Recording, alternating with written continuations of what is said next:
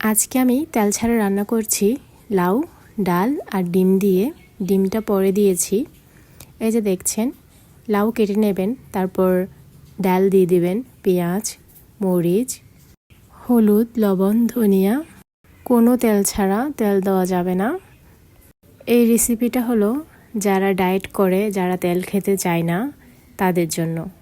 তারপর আপনারা পানি দিয়ে দিবেন, পানি দিয়ে একটু মাখিয়ে নেবেন, তারপর চুলায় দিয়ে দিবেন।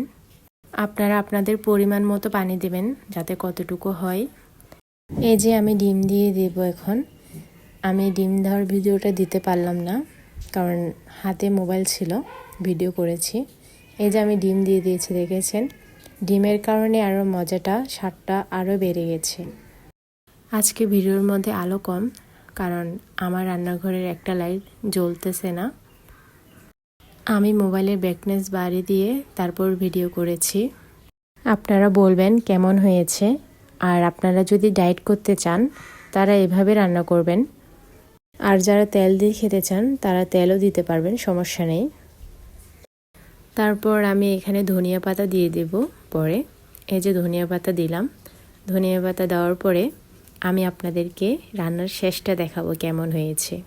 এই যে আমার রান্না শেষ। আমি ভিডিও করার জন্য একটা বাটিতে করে অন্য রুমে ভিডিও করেছি, যাতে সুন্দর হয় আপনাদেরকে দেখানোর জন্য। ধন্যবাদ সবাইকে এতটুকু ভিডিও দেখার জন্য।